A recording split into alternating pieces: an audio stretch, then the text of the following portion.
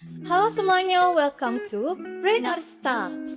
Nah, jadi di Brain Arts Talks ini ya adalah podcast pertama kali yang hadir di Brain Academy Raha Gatot Subroto. Dan untuk para brainers nih yang penasaran apa sih yang akan dibahas di Brain Arts Talks kali ini. Jadi di Brain Arts Talks ini kita akan membahas kisah-kisah inspiratif dan juga nanti akan ada sharing session bersama guest star kita yang akan kita hadirkan sebentar lagi.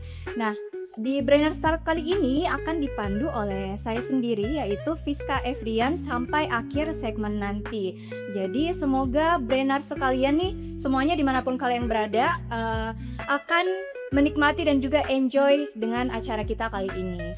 Oke, jadi nantikan sampai akhir segmen nanti. Oke Brainers, jadi untuk mengawali podcast kita pada episode kali ini, kita akan membahas tema yang sangat menarik nih. Jadi temanya yaitu Overthinking soal masa depan. Tenang, kita bahas.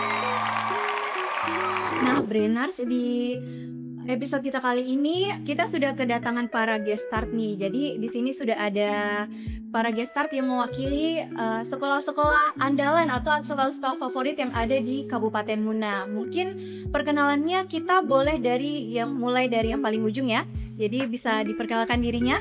Perkenalkan, nama saya Gadiza Gunakladani. Saya kerap dipanggil dengan panggilan yang biasanya tuh Gadis atau Gadiza. Saya berasal dari SMA Negeri 2. Oke, jadi itu ya Brainers ya. Tadi narasumber pertama tuh ada Gadiza. Gadiza ini for your information juga, Gadiza eligible 1 di sekolah dan sekarang sudah lolos di salah satu PTN dan jurusannya itu kedokteran ya, pendidikan dokter ya. Oke, jadi Gadiza ini sudah keren sekali. Nah, tadi dari Gadiza ya, selanjutnya bisa kita geser lagi ke sebelahnya di sini. Ya, halo teman-teman, saya Radite dan saya berasal dari SMA Negeri 1 Raha. Ya, oke, thank you.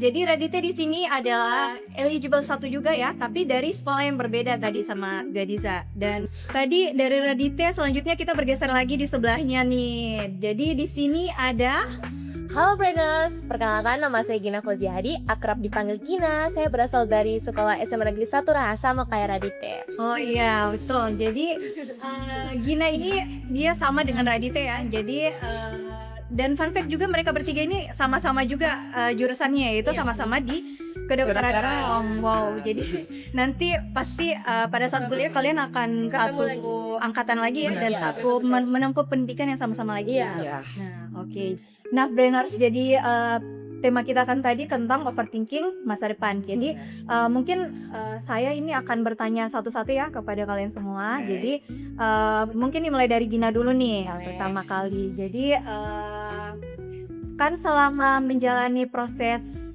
sekolah ya, dari SD sampai SMP terus SMA, mungkin pressure terbesarnya nih mungkin ada di SMA ya, dari kelas 1 sampai kelas 2. Kan Gina ini lolos di kedokteran. Jadi itu kan merupakan suatu prestasi ya bagi Gina sendiri. Nah, tapi dalam mencapai hal itu pasti tentunya ada pressure-pressure nih yang Gina alami. Jadi mungkin Gina bolehlah bagi ke para brainers tentang pressure-pressure yang Gina alami selama masa sekolahnya. Oke, jadi kalau untuk saya, pressure yang saya alami itu sebenarnya dari lingkungan saya sendiri. Kayak contohnya ekspektasi orang tua, terus sekolah, dan juga kadang itu overthinking. Karena saya jujur selalu membandingkan diri saya dengan orang lain yang dimana notabene orang lain itu sudah kelihatan siap untuk masa depan, sedangkan saya masih bimbang, masih ragu begitu. Terus saya juga suka ragu sama diri sendiri, itu yang bisa bikin hal ini rumit sekali. Terus Kak, kalau saya juga yang yang jadi tekanan untuk saya itu adalah ketika dimana kalau misalnya seseorang itu sudah mencapai puncak, sedangkan saya belum bisa mencapai puncak itu, padahal saya ingin seperti di puncak yang sama. Tapi sekarang sudah tidak seperti itu lagi, karena saya yakin setiap orang punya timeline-nya masing-masing. Iya betul Benar, sekali itu benar. tadi. Dan kalau Raditya sendiri nih, kalau pressure-nya dalam menghadapi kehidupan selama masa sekolah sampai sekarang melangkah ke jenjang berikutnya itu perkuliahan gimana nih? Oke, sebenarnya kurang lebih sama ya seperti Gina, tentunya ada harapan dari orang tua, terus juga mungkin banyak tekanan dari lingkungan. Ya, saya itu dari SD sampai SMA itu pastinya diharapkan selalu jadi juara satu ya. Mungkin Gina dan Reza juga mengalami hal yang sama, benar. Betul betul. Tapi ya sebenarnya di bawah santai aja sih kalau dari saya. Jadi saya dari SD sampai SMA itu kayak biarin aja gitu. Jadi kayak faktor-faktor itu saya abaikan gitu. Jadi saya terus melangkah terus. Oh pokoknya intinya positive thinking nih, Benar. kayak Saya bisa pokoknya. Wow. Oke. Jadi pressure itu jangan jadikan beban teman-teman. Iya betul. Iya betul ya. Nah tadi ada dari Gina, dari Raditya, sekarang Kak Fiska mau tahu dari Gadiza nih gimana caranya menghadapi pressure itu. Oke, nah kalau saya sendiri nih, yang namanya ekspektasi dari orang-orang itu kan akan selalu ada nih. Selama waktu berjalan itu pasti akan selalu ada ekspektasi orang terhadap kita. Nah saya tuh tidak pernah mau menjadikan ekspektasi mereka itu sesuatu yang membebani saya. Jadi dari awal saya udah berprinsip bahwa saya akan jalankan sesuai dengan yang saya targetkan. Saya tidak akan pedulikan apa yang orang pikirkan terhadap saya. Terus selain itu, kalau mau bicara tentang pressure, sebenarnya pressure yang paling nyata yang saya alami adalah cara saya untuk memanajemen waktu saya. Karena SMA kan kita banyak mau coba hal baru seperti ikut lomba, terus kita juga mau ikut organisasi. Selain itu kita juga harus konsisten menjaga nilai rapor, tetap harus belajar juga, terus harus kerja tugas dan banyak hal-hal lainnya. Jadi sebenarnya pressure-nya lebih ke manajemen waktu aja sih. Tapi alhamdulillahnya selama 3 tahun ini berhasil, terus kayak tetap bisa konsisten untuk menjaga nilai rapor. Wow, ternyata bagus sih. Dari kalian bertiga kan lulus SNBB ya atau bebas tes. Iya. Berarti masing-masingnya sudah punya inilah pressure masing-masing. Dan Iya. alhamdulillah kalian sekarang sudah bisa atasi lagi gitu. Iya, amin. Nah nanti jenjang di jenjang. Privilege. Iya. Berarti kita punya yang orang lain juga. Iya. Iya betul, pressure is privilege. Artinya kita ada dari dalam dirinya kita itu kayak ada rasa ingin terus melangkah Iya. gitu. Dan itu bagus, suatu hal positif toh. Dan itu kesempatan juga dari Tuhan ke kita supaya kita bisa berkembang lagi daripada sebelumnya. Iya betul sekali. Kak Fiska mau tanya nih, tips belajar dari kalian masing-masing, karena pasti kan tiap-tiap orang, tiap-tiap individu pasti beda-beda ya. Iya, cara benar. belajarnya. Ya.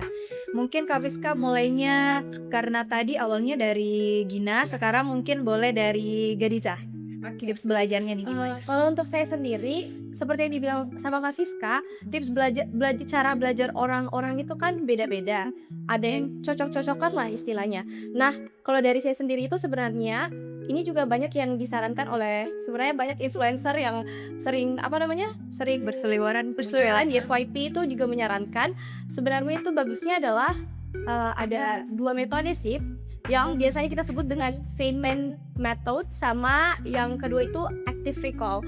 Jadi kalau Feynman method itu sebenarnya cocoknya tuh untuk pelajaran kayak menghafal, misalnya kayak biologi, terus kayak sejarah dan lain sebagainya. Sedangkan active recall ini sebenarnya tuh harus dipakai di tiap kali kita belajar. Jadi kita itu kayak mengingat kembali apa yang sudah kita pelajari gitu, misalnya dengan cara kuis atau mungkin menjawab soal. Terus sebenarnya untuk saya sendiri juga yang cocok di saya itu adalah Pomodoro Technique. Jadi itu adalah kita belajar tapi kita menyisihkan waktu untuk istirahat. Misalnya 30 menit belajar, 5 menitnya istirahat. Jadi itu betul-betul efektif sekali untuk dipakai jangka panjang, untuk belajar jangka panjang. Karena jujur manusia itu kan pasti punya batas fokus ya. Jadi kayak manusia itu ada, kalau tidak salah sebenarnya kayak 15 menit gitu deh di fokusnya, kondisinya.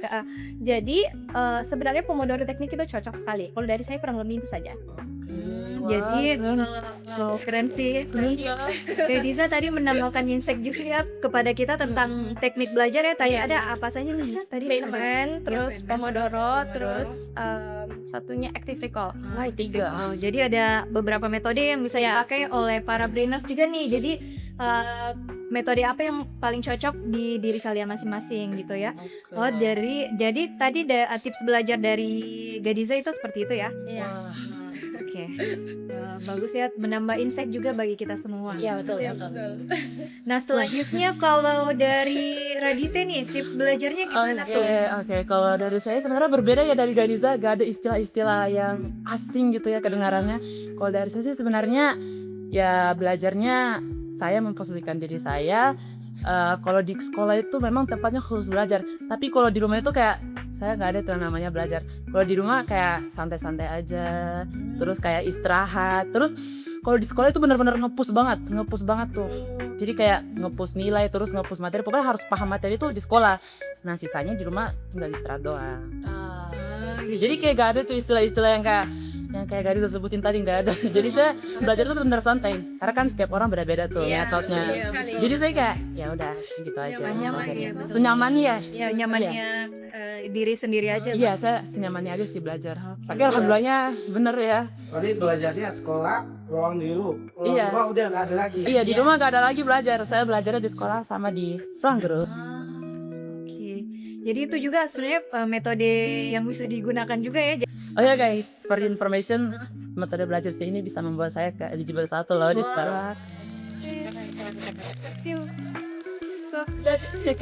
Jadi benar. Bisa dipakai tuh. Bisa dipakai, bisa benar. Betul. Iya, betul. Nah, apa namanya metode untuk mencari fokusnya masing-masing? Iya, cari cara belajar senyamannya kalian. Cari cara belajar senyamannya kan beda-beda. Iya, beda-beda tiap orang tuh.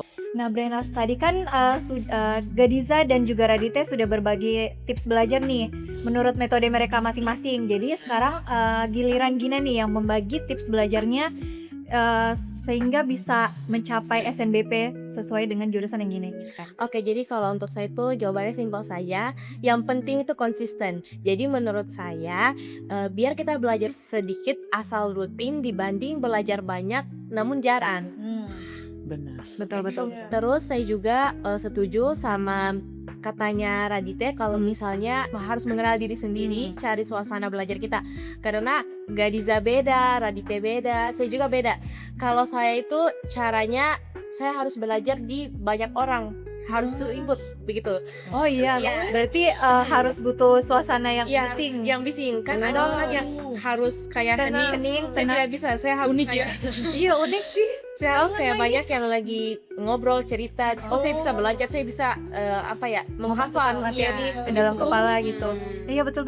Jadi cara betul sekali sih. Jadi metode Gina ini juga berbeda Unik juga sekali dari unik sih. Maksudnya dengan cara bising terus dia bisa menerima pelajaran. Gina beda, Radite beda, Gadiza juga beda. Tapi sebenarnya kalau metode belajar dari Kafiska sendiri mirip-mirip Gina juga sebenarnya. Ya, karena saya dari kelas 10 itu kalau belajar memang sering di sekolah kayak Radite. Jadi sudah terbiasa dengan suasana ribut di kelas. Iya, suasana bising, suasana ribut itu.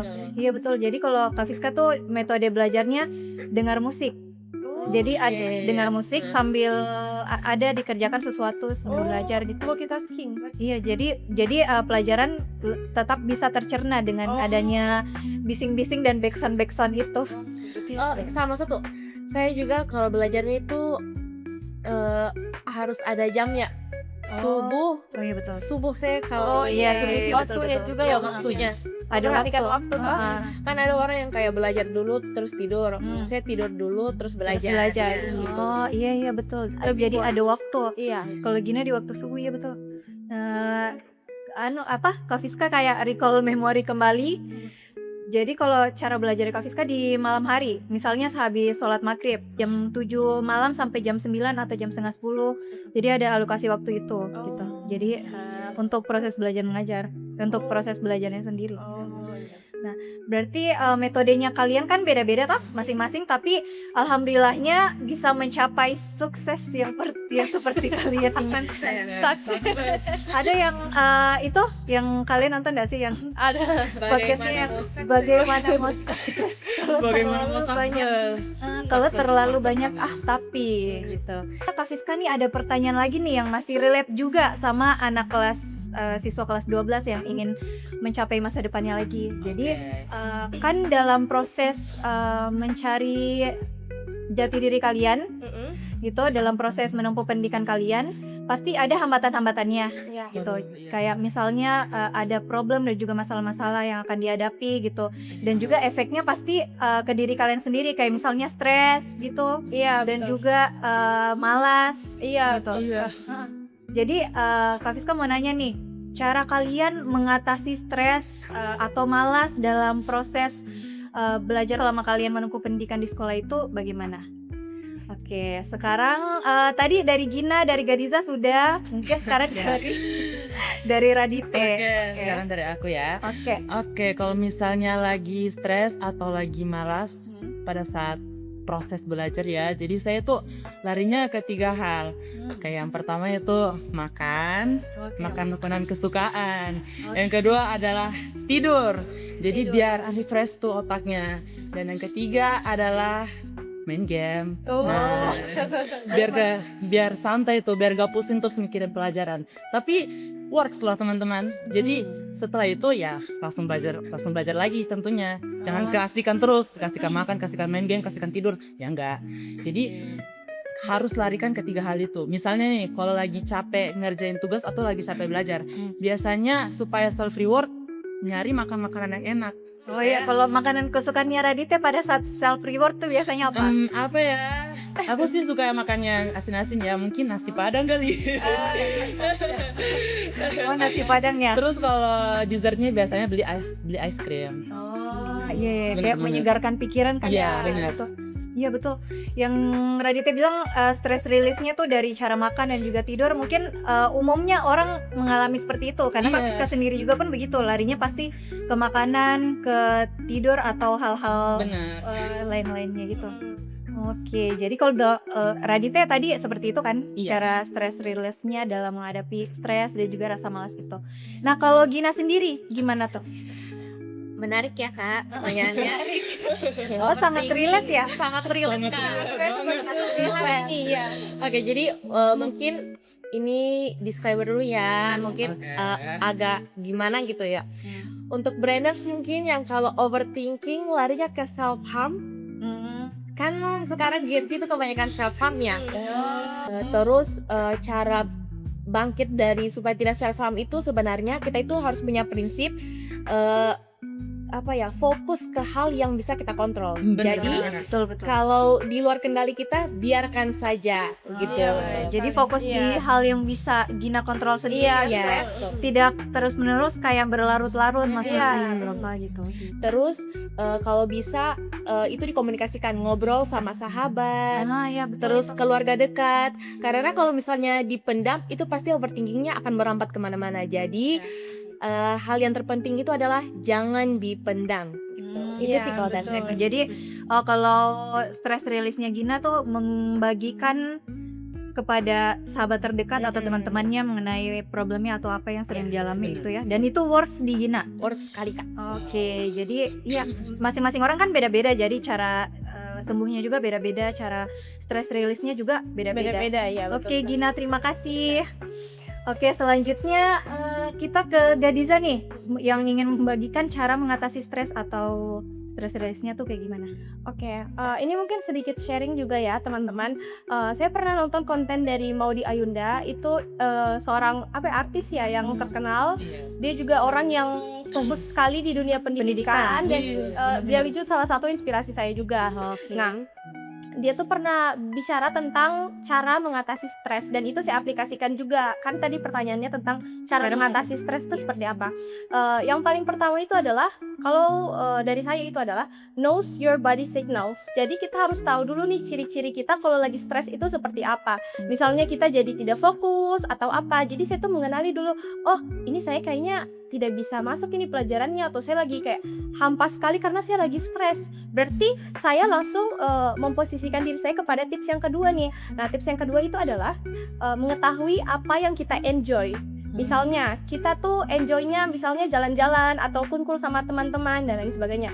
Nah kalau saya itu biasanya kalau lagi stres atau lagi burnt out itu biasanya saya suka yang ajak teman-teman untuk nongkrong. Terus biasanya tuh suka kayak jalan-jalan, sekedar jalan-jalan cari makan itu kayak sudah oke, angin-angin itu membawa semua stresku pergi gitu. Jadi masalah terbawa oleh angin. Iya betul sekali. Oke Brainers, jadi kita sudah sampai di penghujung segmen nih. Jadi terima kasih buat Brainers yang sudah menyaksikan hingga akhir episode. Oke buat Brainers yang penasaran nih tentang kelanjutan dari Brainers Talk episode selanjutnya, boleh dikepoin di Instagramnya @bac_raha_Gatot Subroto atau di TikToknya di @bac_raha_Gatot Subroto, di akhirnya juga pakai underscore. Oke, jadi bisa kita sama-sama ya mengucapkan see you on the next episode. Bye. Apa? Gina, see you on the next video. Episode. Next episode. Episode.